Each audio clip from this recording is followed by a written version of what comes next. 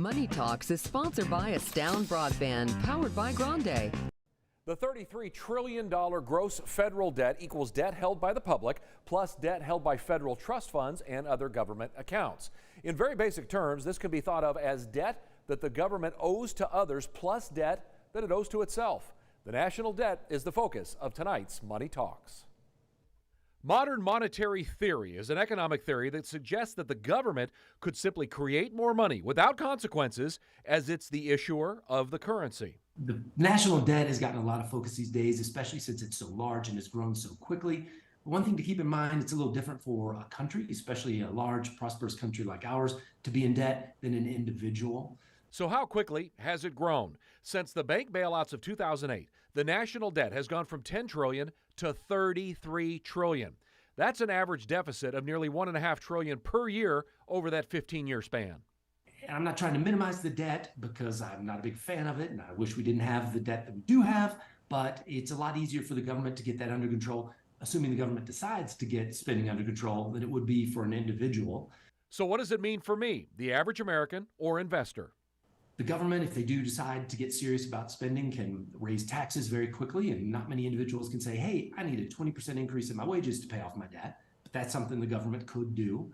And the government could cut spending pretty quickly, probably a lot quicker than, say, I might be able to cut my own spending if I get a bunch of debt and get out of control. If both of those things happen, it will be felt by Americans for sure. Social net programs could go away, and hardworking Americans could face higher taxes. But Neil Vinoy says it's much more important to worry about your own finances. One thing to keep in mind is that the U.S. government's debt is someone else's asset. Treasury bills, notes, and bonds are considered some of the safest fixed income investments in the world, and investors are some of the largest holders of U.S. government debt. I'm not saying the debt is a good thing that the government has, but keep in mind that it does provide a safe haven for us to park assets for part of our investment portfolio. As for growth, starting a business or building and construction can be hampered by crippling debt. One problem with the growing debt is it can slow down the growth rate of the economy. Traditionally, the economy has grown faster than our debt, and so that makes our debt a smaller percentage of our GDP. But if the debt gets bigger and the interest rate on government debt gets higher because of that risk, it can crowd out other investments from corporations also seeking to raise money by issuing debt.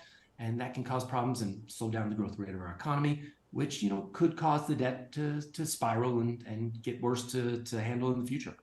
And with the Congressional Budget Office predicting that we will add another trillion to our national debt over the next year, it doesn't appear that our debt will be shrinking anytime soon. But I must add, with divided government, to get things passed through Congress has taken continuing resolutions and no actual budget. In fact, the last time Congress completed all bills on time and passed a budget was 20 years ago.